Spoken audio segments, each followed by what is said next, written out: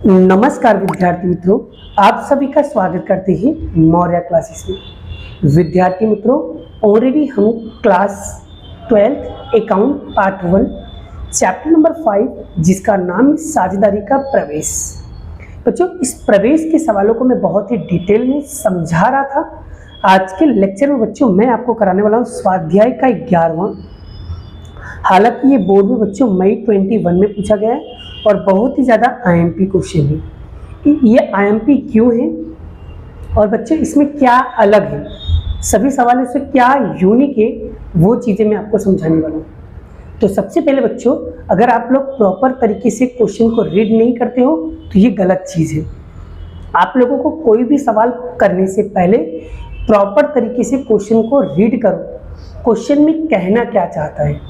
ठीक है, अगर आपको प्रॉपर तरीके से क्वेश्चन समझ में आ गया ना बच्चों, तो एनी बड़ी कोई भी क्वेश्चन होगा बच्चों, आप बहुत ही आसानी से सवालों को कर सकते हो। तो चलिए सबसे पहले हम बेहतरीन तरीके से क्वेश्चन को रीड करेंगे। प्रॉपर तरीके से रीड करो, उसके बाद आपका कॉन्सेप्ट क्लियर हो जाएगा। तो चलिए बच्चों, अगर आपको बड़ा वीडियो की क्लियरिटी अगर अच्छे से ना दिखे तो आपको क्या करना है, सेटिंग में जाकर के वीडियो का जो रेशियो है बड़ा उसको थोड़ा सा बढ़ा देना, तो आपको वीडियो एकदम क्लियर दिखेगा। और अगर अभी तक आपने मेरे चैनल को सब्सक्राइब नहीं किया है तो चैनल को सब्सक्राइब कर लो, क्योंकि इसी तरीके से अच्छे अच्छे कंटेंट और अच्छे अच्छे वीडियो आप लोगों के लिए आता रहेगा। और लगभग सारे के सारे इंपॉर्टेंट क्वेश्चन की ही वीडियो बनाता हूँ बच्चों। और मैं दावे के साथ कहता हूँ, अगर जो क्वेश्चन मैंने पढ़ाया, अगर उनमें से कोई एक भी क्वेश्चन ना आए बच्चों, तो मैं वीडियो बनाना छोड़ दूंगा। ओपन चैलेंज कह रहा हूँ।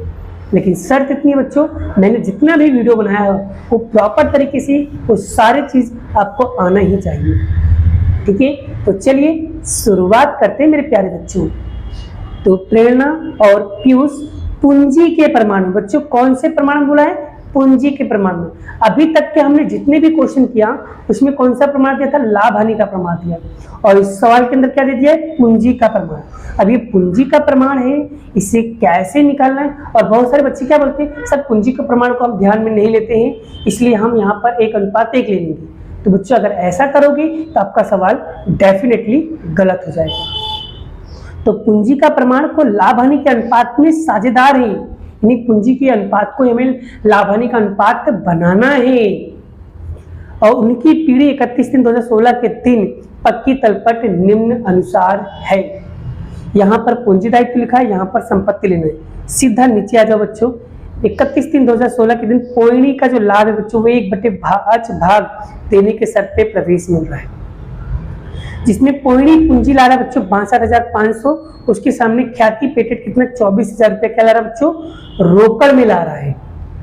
तो और ख्याति की रकम में से बच्चों 60% रकम क्या कर रहा है साझेदार? तुरंत निकाल भी ले रहा है। बच्चों उदाहरण नंबर 24 में कराया था, उसके अंदर बताया था 50% रकम को क्या कर रहा है बड़ा? वापस निकाल ले रहा है। और यहाँ पर क्या आ गया? 60% आ गया। तो कोई दिक्कत नहीं, कॉन्सेप्ट करने का जो तरीका है बड़ा वो तो डिट्टो सेम ही रहेगा। 50% बोले तो 50% करने का, 60% बोले तो 60% करने का, 70% बोले तो 70% करने का, मतलब जितना परसेंट बोले उतना परसेंट निकाल देने का। क्लियर? आगे तो ये वाला पॉइंट हम बच्चों लास्ट में करेंगे। उसके बाद स्टॉक और यंत्र की बाजार कीमत क्रमशः 20,000 और 1,20,000। तो यंत्र पे राउंड कर दो बच्चों, और उसके बाद स्टॉक पे राउंड कर दो, समायोजन है। देनदार देवादार पे राउंड कर दो बच्चों, फिर लेनदार पे राउंड कर दो, फिर मकान पे कर दो बच्चों, फिर फर्नीचर पे कर दो। ठीक है, मजदूरी चुकाना बाकी है वो नहीं लिखा बच्चों, इसको इसके ऊपर टिक कर दो। तो इस तरीके से सारी चीजें मैंने क्या कर दिया, सारे समायोजन को टिक कर दिया। अब एक एक करके सॉल्व करते हैं। पहले देखो बड़ा, स्टॉक और यंत्र ये कौन से नंबर का है? 2 नंबर का। तो यहाँ पर लिख देंगे 2 नंबर 2 नंबर। फिर देनदार ये कितने नंबर का है? 4 नंबर का। मकान और फर्नीचर ये बड़ा 5 नंबर। फिर लेनदार ये क्या है बड़ा? 4 नंबर। और ये इसके अंदर इसको टिक कर दिया। अब बड़ा एक एक करके हम सॉल्व करेंगे, सारे चीज़ों को समझेंगे। ठीक है, तो चलिए शुरुआत करते हैं बच्चों। सबसे पहले मैं आपको बता दूं कि कौन कौन से खाते को रेडी करोगे। चलिए बच्चों, तो यहाँ पर एक पुनः मूल्यांकन खाता, साझेदार का पूंजी खाता, रोकड़ बैंक खाता और आरती चिट्ठा, इतने 4 खाते आपको रेडी करना रहेगा। अब कौन सी एंट्री कहाँ और कैसे जाएगा बच्चों, उसे हम प्रॉपर तरीके से समझने की कोशिश करते हैं बच्चों। ठीक है, चलिए तो यहाँ पर हम एक एक चीज़ों को डिटेल में समझेंगे बेटा और हमारा कॉन्सेप्ट भी क्लियर होगा। ठीक है, चलिए सबसे पहले बेटा यहाँ पर हम समझ लेते हैं क्या लिखा है। पूंजी दायित्व से चालू करते बेटा, आप यहाँ से चालू करो, यहाँ से चालू करो, कोई दिक्कत नहीं, कहीं से भी चालू करो, आपका उत्तर तो सेम ही आने वाला है। चलिए पूंजी खाता बच्चों, पूंजी खाता की एंट्री कहाँ पर आती है उसे भी मैं आपको डिटेल में समझा देता हूँ। चलिए बच्चों, तो यहाँ पर एक बार फटाफट देख लीजिए कि कौन सी एंट्री कहाँ जाएगी, प्रॉपर तरीके से बच्चों यहाँ पर लिख दिया। अब आपके मन में क्वेश्चन है सर गुजराती में क्यों लिखा है, आपको हिंदी वर्जन भी मिल जाएगा बच्चों। ठीक है, यस, हिंदी वर्जन भी आपको मैं डिटेल में समझा दूंगा और दे दूंगा, या तो ऐसा करूंगा बच्चों वीडियो के डिस्क्रिप्शन में बड़ा मैं ये टॉपिक को डाल दूंगा।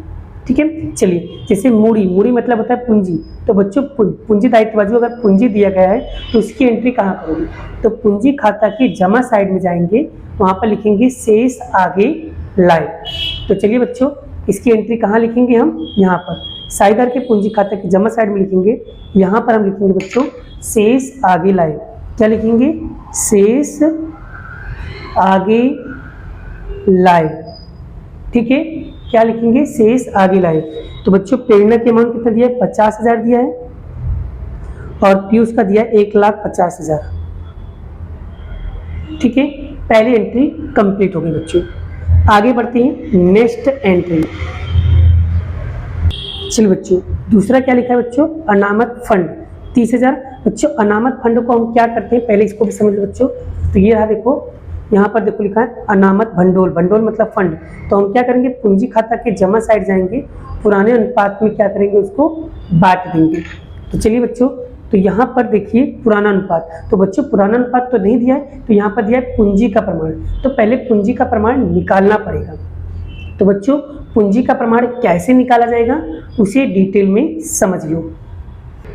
तो ये रहा, देखो बच्चों पूंजी का प्रमाण कैसे, प्रेरणा और पीयूष की बेटा पूंजी कितना दी हुआ है, 50,000 और 1.5 लाख। तो 4 जीरो से 4 जीरो कट गया, तो 5 और 15 बचा, 5 एक कम 5, 5 के 15, मतलब 1:3। तो बच्चों जो आपका पुराना अनुपात आएगा वो कितना आएगा, 1:3 आएगा। तो अब हम क्या करेंगे बच्चों, जो अनामत फंड है पूंजी खाता का जमा में लिखेंगे अनामत फंड, कितने बच्चों 30,000, उसको 1:3 में क्या करेंगे, 1:3 में क्या करेंगे, उसको बांट देंगे। तो बच्चों जब 1:3 में उसको बांटोगे तो कितना आएगा, जल्दी बताओ। अगर 1:3 में उसको बांटोगे तो कितना आएगा बच्चों, पहले का आएगा 7,500 आएगा और दूसरे का आएगा बच्चों 22,500। ठीक है, बांटना तो आई होप आप लोगों को आ ही गया होगा कि किस तरीके से बांटा जाता है। ठीक है, अगर आपको ना पता चले तो कैसे बांटा जाता है वो भी मैं सिखा देता हूँ। चलिए तो 30, जैसे मान लो 30,000 अमाउंट है, 30,000 गुणे आपको बच्चों क्या दिया 1:3, दोनों का टोटल कितना होगा 4 हो जाएगा, तो भागे कर दो 4। अब पहले के निकालना ना 1 से गुणा कर दो, सॉरी, तो 30,000 भागे 4 गुणे करेंगे बच्चों 1 से, कितना है 7500 आया। तो पहले का आ गया 7500, दूसरा क्या है 3 ना, तो 3 दाब के बराबर कितना आ गया 22,500। तो इस तरीके से बच्चों हम यहाँ पर इसकी एंट्री निकाल लेंगे। चलिए बेटा आगे बढ़ते हैं, नेक्स्ट एंट्री क्या लिखा है, नेक्स्ट क्या है बच्चों, लेनदार। तो बच्चों लेनदार पे एक समायोजन है, तो लेनदार पे क्या समायोजन पहले देख लो, चौथे नंबर का, लेनदार को 30,000 रुपये चुकाने पड़ेंगे। लेनदार को क्या करना पड़ेगा बच्चों, 30,000 रुपया चुकाने, सिर्फ 30,000 रुपया चुकाने पड़ेंगे। तो बच्चों लेनदार की एंट्री कहाँ करेंगे, दायित्व में। तो यहाँ लिखेंगे हम लेनदार, बच्चों कितना दिया हुआ है 40,000 दिया ना, तो 40,000 और बाहर कितना लिखना है 30,000 लिखना है बच्चों। तो कितना कम पड़ा है, तो -10,000 कम पड़ा है, तो माइनस लिखेंगे कमी। तो बच्चों समायोजन की 2 असर होती है, तो इसकी दूसरी असर क्या होगी बच्चों, माइनस है तो क्या होगा साइड चेंज, इधर उधार है इधर जमा है। तो मान लो इधर उधार है बच्चों, तो साइड चेंज होगा, उधर उधार है तो उधर कहाँ जाएगा जमा में, तो इधर माइनस उधार है तो इधर कहाँ आएगा जमा में, पुनः मूल्यांकन खाता के जमा में क्या लिखेंगे लेनदार, लेनदार खाता कितना दिया बच्चों 10,000 दिया है। ठीक है, ये एंट्री कंप्लीट हो गई। आगे बढ़ो बच्चों, नेक्स्ट एंट्री क्या लिखा है? तो नेक्स्ट एंट्री लिखा है बच्चों चुकाना बाकी 1500 बच्चों। ये हमारा क्या होता है बच्चों? दायित्व है।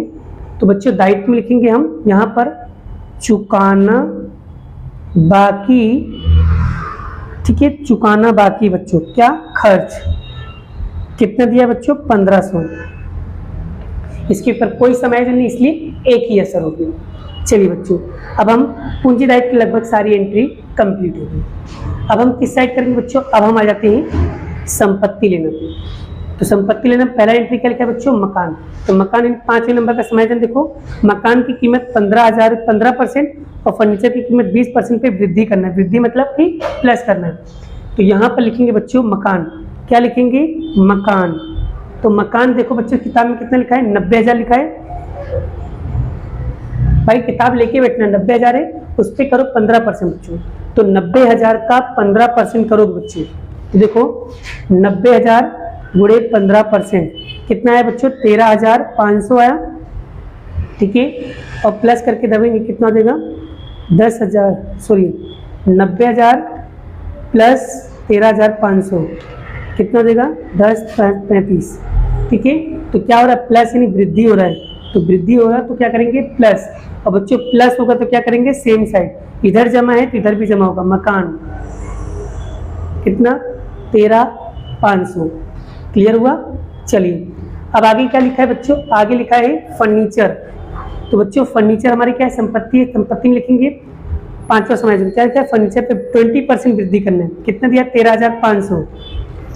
तो हम लिखेंगे फर्नीचर कितना है? 17,500।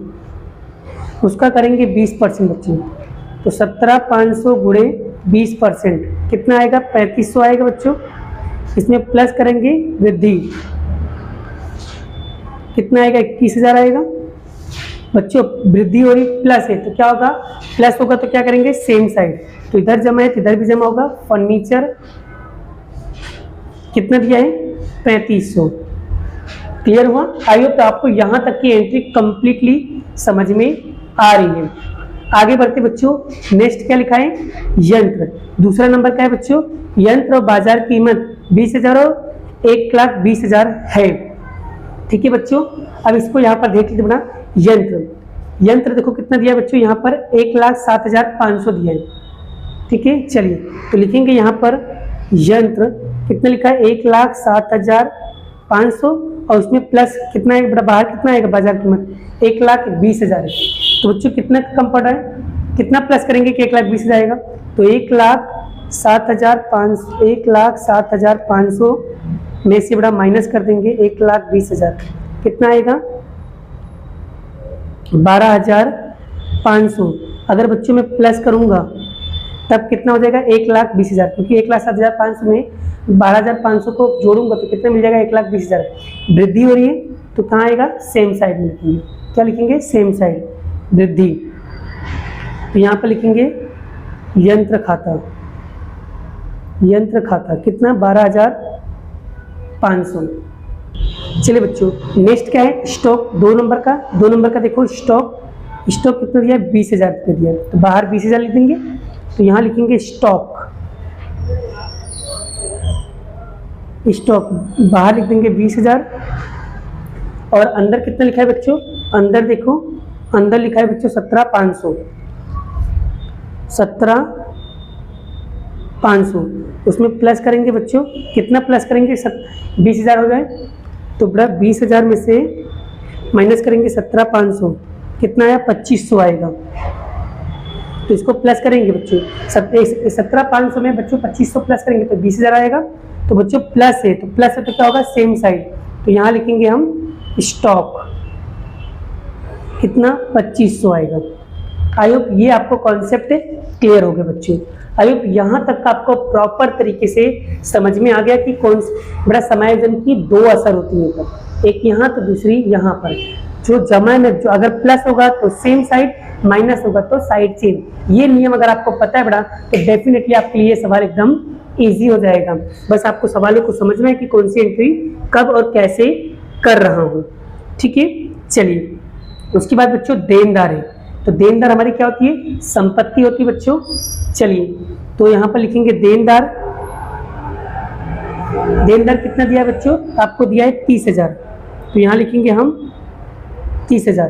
बच्चों देनदार पे समायोजन क्या लिखा है, देखो 10% डूबत अनामत और 2% देनदार बट्टा अनामत।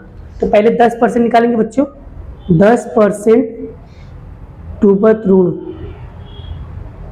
अनामत न्यू। तो बच्चों 30,000 का 10% करो तो 30,000 गुणिया 10% कितना होगा, 3,000 होगा बच्चों। माइनस करके निकालेंगे कितना आएगा, अंदर के कॉलम में लिखेंगे 27,000। आगे फिर 2% क्या दिया बच्चों, देनदार बट्टा अनामत दिया, तो लिखेंगे देनदार बट्टा अनामत कितना है बच्चों, -2%। तो 27,000 का 2% करो बच्चों, 27,000 का 2% करेंगे तो 540 होगा, और माइनस करके निकालेंगे कितना है बाहर, 26,460। ठीक है। अब बच्चों इन दोनों के ये जो 3,000 है और ये जो 540 है, इन दोनों के दूसरी असर कहाँ जाएगी बच्चों, माइनस है, तो माइनस है तो साइड चेंज होगा बच्चों, इधर जमा है इधर कहाँ पर आएगा, उधार में आएगा। ठीक है बच्चों, तो यहाँ पर लिखेंगे डूबत अनामत, डूबत अनामत कितना है 3,000। फिर देनदार बट्टा अनामत कितना है, देनदार बट्टा अनामत, देनदार बट्टा अनामत कितना है बच्चों, 540। ये देखो बच्चों हमारा ये भी एंट्री कंप्लीटली हो गया है। आगे बढ़ते बच्चों, नेक्स्ट एंट्री क्या लिखा है बच्चों, उसे भी हम समझ लेते हैं। नेक्स्ट क्या लिखा है, रोकड़ बैंक। तो बच्चों रोकड़ बैंक की एंट्री हम कहाँ करते हैं बच्चों, एक बार हम फिर से आपको बड़ा ये प्रॉपर तरीके से ये बता देते हैं। रोकड़ बैंक कहाँ लिखते हैं बच्चों, रोकड़ बैंक खाता है कि उधार साइड जाएंगे, लिखेंगे शेष आगे लाए। चलिए तो लिखेंगे बच्चों रोकड़ बैंक खाते के उधार साइड जाएंगे, यहाँ पर लिखेंगे हम शेष आगे लाए। कितना दिया बच्चों, 8,250। ठीक है। आगे आके बताओ बच्चों, फिर क्या लिखा है, आय मिलनी बाकी है। मिलनी बाकी है बच्चों हमारी क्या है, संपत्ति है। कभी भी मिलनी बाकी आय होती है बड़ा तो समझ जाना वो हमारी संपत्ति है। संपत्ति आर्थिक चिट्ठा की संपत्ति में लिख देंगे बच्चों मिलनी बाकी आय कितना है बच्चों, 8,750। क्लियर हुआ। आई होप यहाँ तक के आपके पूरे के पूरे कॉन्सेप्ट क्लियर हो गए बच्चों। चलिए आगे बढ़ते हैं। नेक्स्ट एंट्री बेटा क्या लिखा हुआ है उसे भी समझ लेते हैं। हमारी पूंजी दायित्व और संपत्ति लेना दोनों के दोनों एंट्री कंप्लीटली हो गया है। अब बच्चों समझो, चलिए पहला बाकी है, दूसरा हो गया, तीसरा हो गया, चौथा हो गया, पांचवा हो गया, छठा बाकी बच्चों 460। कितना बच्चों, यहाँ पर 400 नहीं है 460 है, सुधार लेना। 460 मजदूरी चुकाना बाकी है बच्चों। जब भी कभी वाक्य के अंदर चुकाना बाकी वर्ड दिखे तो समझ जाना बच्चों वो दायित्व है, आज नहीं तो कल उसे चुकाना पड़ेगा। ये क्या है, हमारी एक दायित्व है, जिम्मेदारी है कि भाई हमारी एक जिम्मेदारी है, उसे आज नहीं तो कल चुकाना पड़ेगा। तो वो क्या है बच्चों, हमारा दायित्व। तो कहाँ लिखेंगे, आर्थिक चिट्ठा के पूंजी दायित्व में क्या लिखेंगे, चुकाना बाकी मजदूरी। कितना है बच्चों, चुकाना बाकी 460। और इसकी दूसरी एंट्री बच्चों प्लस है तो सेम साइड, तो बड़ा यहाँ पर उधार है तो यहाँ पर भी क्या आएगा, उधार। चुकाना बाकी मजदूरी, मजदूरी कितना आएगा, 460। क्लियर हो बच्चों। आई होप आपको ये एंट्री कंप्लीटली समझ में आ गई। अब बच्चों यहाँ पर ध्यान से देखो, लगभग सारी एंट्री कंप्लीटली हो गई, खाली पहली वाली एंट्री बची हुई है। चलिए बच्चों अब यहाँ पर पहला क्या लिखा है, पोयणी पूंजी 62,500 रुपया। ख्याति क्या कर रहा है बच्चों, रोकड़ पूंजी रोकड़ ला रहा है। अब बच्चों मैंने आपको एक ट्रिक बताया था, जब भी कोई साझेदार रोकड़ पूंजी लेकर आए तो उसका रोजनामचा क्या होता है। चलिए बच्चों, तो पोयणी पूंजी की 62,500 रोकड़ लाए, तो बच्चों जब कोई नया साझेदार अगर पूंजी रोकड़ लेकर आता है तो उस समय का रोजनामचा क्या है, रोकड़ खाता उधार पोयणी के पूंजी खाता। कितना, 62,500, 62,500। तो अब इसकी एंट्री कैसे करोगे वो देखो बच्चों। हमेशा समायोजन की दो ही असर होती है। चलिए, तो रोकड़ खाता के उधार साइड जाएंगे बच्चों, रोकड़ खाता के उधार साइड जाएंगे, नाम लिखेंगे पोयणी के पूंजी खाता। तो यहाँ लिखेंगे हम पोयणी के पूंजी खाता। कितना है बच्चों? 62,500। ठीक है। दूसरा, पोयणी के पूंजी खाता के जमा साइड जाएंगे, नाम लिखेंगे रोकड़ खाता और रकम किसी खाने में लिखेंगे? पोयणी के खाते में। तो पूंजी खाता के जमा में लिखेंगे यहाँ पर रोकड़ खाता, किसके खाने में लिखोगे? पोयणी का। कितना? 62,500। चलिए आगे बढ़ते बच्चों, नेक्स्ट एंट्री। नेक्स्ट क्या है? ख्याति 24,000 रुपया रोकड़ ला रहा है बच्चों। और बच्चों ख्याति रोकड़ ला रहा है तो पहले तो यहाँ पर आपको समझना पड़ेगा बच्चों, अगर कोई व्यक्ति जब कोई नया साझेदार ख्याति रोकड़ लाए तो बच्चों आपको त्याग का अनुपात निकालना पड़ता है। अब त्याग का अनुपात निकालने के लिए बच्चों इसमें नया अनुपात तो दिया नहीं है, और बच्चों जब भी कभी नया अनुपात ना दिया गया हो और ख्याति रोकड़ लेकर आए तो उस समय बच्चों त्याग का अनुपात कैसे निकालें? उस समय यहाँ पर क्या पूंजी का प्रमाण दिया है, तो पूंजी के प्रमाण को हम त्याग का अनुपात मान लेंगे, और लाघवानी का अनुपात दिया है तो भी त्याग का अनुपात मान लेंगे। ठीक है। अब मान लो बच्चों यहाँ पर नया अनुपात नहीं दिया है, तो ये जो आपने अनुपात निकाला था पुराना अनुपात को हम क्या मान लेंगे बच्चों? त्याग का अनुपात मान लेंगे। त्याग का अनुपात मानेंगे बच्चों। ये पुराने ही अनुपात को हम क्या मान लेंगे बच्चों? त्याग का अनुपात। तो जब भी कभी ख्याति रोकड़ आता है तो उसका रोज नाम से क्या होता है बच्चों? रोकड़ खाता उधार। कितना दिया बच्चों? 24,000 दिया है। फिर लिखेंगे ख्याति प्रीमियम खाते का। कितना? 24,000। और बच्चों ख्याति प्रीमियम को हमें कौन से अनुपात में बांटना होता है? हमें पुराने अनुपात में बांटना, क्योंकि त्याग का अनुपात नहीं दिया है तो त्याग का अनुपात, पुराने अनुपात को हम त्याग का अनुपात मान लेंगे। तो लिखेंगे फिर से ख्याति प्रीमियम खाता 24,000, और यहाँ पर लिखेंगे हम पुराना अनुपात कौन है बच्चों? प्रेरणा के पूंजी खाते का। दूसरा, पीयूष के पूंजी खाते का। तो 24,000 को बच्चों 1:3 में हम क्या करेंगे? बांटेंगे। तो 24,000 और पहला अनुपात क्या है? 1/, दोनों का टोटल कितना होगा? 4। फिर 24,000 फिर 3/4।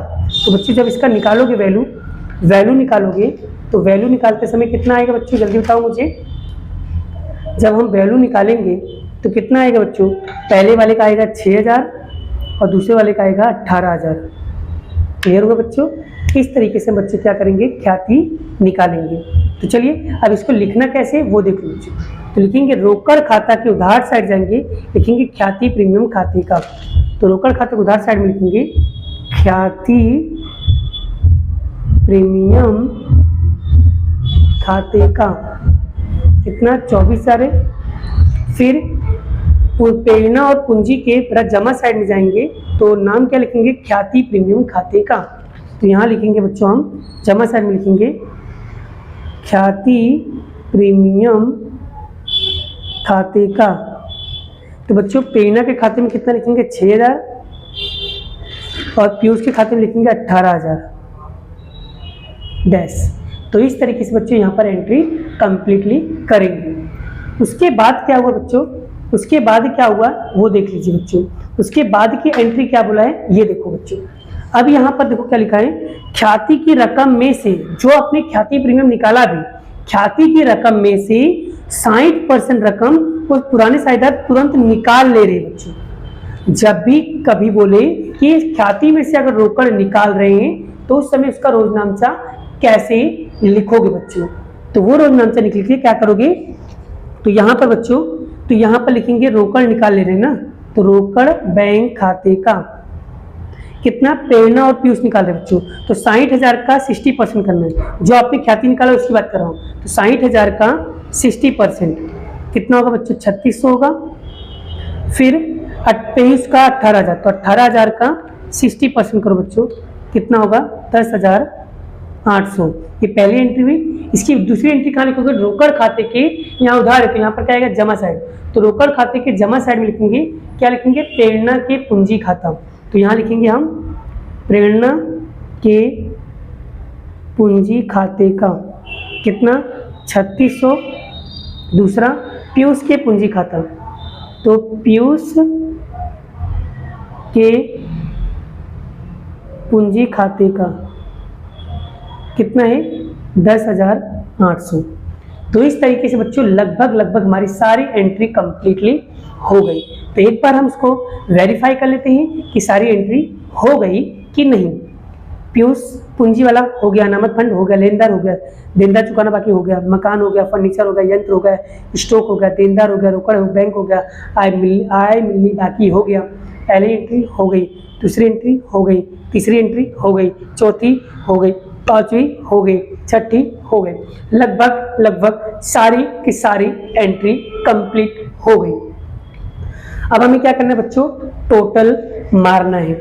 चलिए, तो सबसे पहले बच्चों हम टोटल मारेंगे पुनः मूल्यांकन खाते का। तो बच्चों पुनः मूल्यांकन खाते का टोटल मारोगे कितना आएगा, 42,000 आएगा। और इधर भी लिखेंगे 42,000। 42,000 में से बच्चों ये तीनों को माइनस करोगे तो कितना आएगा, 38,000 आएगा। तो यहाँ पर लिखेंगे साझेदार के पूंजी खाता। तो बच्चों यहाँ पर लिखेंगे हम प्रेरणा और पीयूष। तो बच्चों 1:3 में हम क्या करेंगे, इनको बांटेंगे। तो 38,000 को 1:3 में बांटो बच्चों। पहले वाले का कितना आएगा 9,500, दूसरे वाले का कितना आएगा 28,500। क्लियर। इसकी दूसरी एंट्री बच्चों यहाँ पर आएगी, लिखेंगे पुनः मूल्यांकन खाता, पुनः मूल्यांकन खाता। तो कितना आएगा बच्चों, प्रेरणा में आएगा 9,500 और इसका आएगा 28,500। यहाँ तक क्लियर हुआ बच्चों, यहाँ तक क्लियर हुआ। उसके बाद क्या करना है बच्चों, अब हमें इसका टोटल मारना है बच्चों। चलिए, तो पहले मारेंगे पोयणी का। पोयणी का कितना आएगा बच्चों, चलिए जल्दी बताओ, पोयणी का कितना आएगा बच्चों, जल्दी बताओ मुझे, हाँ जल्दी बताओ। यस, पोयणी का कितना आएगा बच्चों, तो पोयणी का आएगा 62,500। ओके, तो चलिए अब बच्चों पीयूष का टोटल मारो। तो पीयूष का कितना आएगा टोटल वो भी देख लो। चलिए, अब पीयूष का मारोगे तो पीयूष का भी कितना आएगा बच्चों, पीयूष का आएगा 2,19,000, 2,19,000। और प्रेरणा का टोटल मारोगे कितना आएगा 73,000। ठीक है, तो यहाँ पर लिख देंगे बच्चों 62,500, फिर 2,19,000, फिर 73,000। ठीक है, अब बच्चों यहाँ पर तो कुछ भी नहीं, तो यहाँ पर लिख दो 62,500 और 2,19,000 में से 10,800 माइनस करेंगे बच्चों तो कितना आएगा 28,500। ठीक है, और बच्चों इसमें से इसको माइनस करोगे, सॉरी जहाँ पर आएगा 2,08,200 बच्चों आएगा। ठीक है, और इसमें से इसको माइनस करोगे तो 69,400 बच्चों। ठीक है, तो यहाँ पर हम लिखेंगे शेष आगे ले गए। तो बच्चों यहाँ पर लिखेंगे हम पूंजी खाता, यहाँ पर लिखेंगे प्रेरणा, पीयूष और पोयणी। चलिए बच्चों, पहले का कितना है 69,400, दूसरे का 2,08,200 और तीसरे का बच्चों 62,500। तीनों को टोटल मारेंगे बच्चों कितना आएगा 3,40,100। ठीक है, अब बच्चों हमें क्या मानना है रोकड़ और बैंक का टोटल। तो रोकड़ और बैंक का टोटल मारेंगे बच्चों, तो उसका टोटल मारोगे कितना आएगा 94,750, 94,750। इसमें से इसको माइनस करेंगे बच्चों, माइनस करोगे कितना आएगा 80 350, तो ये आएगा बच्चों आपका रोकड़ खाता, रोकड़ खाते का। तो बच्चों ये वाली एंट्री कहाँ लिखेंगे हम, यहाँ पर लिखेंगे आर्थिक चिट्ठा में रोकड़ खाते, कितना आएगा 80 350। और बच्चों वो हो जाए तो लास्ट में टोटल मारने का आर्थिक चिट्ठे का। जब आर्थिक चिट्ठे का टोटल मारो बच्चों तो कितना आएगा, जल्दी बताओ। इसका उत्तर आएगा बच्चों 3,72,060। इधर भी वही आएगा 3,72,060। जब बच्चों ये दोनों का बैलेंस इक्वल हो जाए, समान हो जाए, तो समझ जाना बच्चों आपका सवाल एकदम राइट है बच्चों। तो इस तरीके से बच्चों मैंने यहाँ पर ये वाले सवाल को कंप्लीटली करा दिया। और इस टाइप का कोई भी सवाल होगा तो डेफिनेटली आप लोग बहुत ही आसानी से समझ जाओगे। और बच्चों अगर आप लोगों को हमारे कुछ नोट्स अगर आप लोगों को चाहिए तो बता देना बच्चों, मैं आप लोगों को प्रोवाइड कर रहा हूँ, ठीक है। ये चीज़ों को बड़ा आप लोग स्क्रीनशॉट पाड़ के रखना, क्योंकि बिकॉज आपकी ये बहुत काम आने वाला है। तो मैं इसको थोड़ा सा जूम कर देता हूँ जिससे आप लोगों को एकदम प्रॉपर तरीके से दिखाई दे बच्चों। आपको स्क्रीनशॉट पाड़ना है तो आप स्क्रीनशॉट भी से पाड़ सकते हो बच्चों, ठीक है। ये आपके बहुत काम आने वाला है कि कौन सी एंट्री कहाँ जाएगी, ठीक है। सब चीज़ें यहाँ पर डिटेल में लिखा हुआ है। अगर सिर्फ इतना पढ़ लोगे बड़ा तो आपको प्रवेश के लगभग सारी एंट्री क्लियर हो जाएगी कि कौन सी एंट्री कहाँ जाएगी और क्या करना है और कैसे बांटना है, वो प्रॉपर तरीके से यहाँ पर लिखा गया है। और भी बच्चों अगर आपका इसका हिंदी वर्जन या इंग्लिश वर्जन भी चाहिए तो भी बच्चों आपको नोट्स मिल जाएंगे, लेकिन बस शर्त इतनी है कि आपको अच्छी तरीके से रीड करना है बच्चों, ठीक है। उम्मीद करता हूँ कि आपका कॉन्सेप्ट क्लियर हो गया है। तो मिलते ही ऐसे ही नेक्स्ट वीडियो में नेक्स्ट लेक्चर के साथ। अभी के लिए इतना ही, बाय बाय। जय श्री कृष्ण, राधे कृष्ण की जय, जय माता दी दोस्तों। और यही सवाल को बच्चों स्वाध्याय 11वां वाला जो सवाल है बच्चों, इस सवाल को आपको 2 से 3 बार प्रैक्टिस करना है, यही आपका होमवर्क है। तो मिलते हैं नेक्स्ट क्वेश्चन के साथ।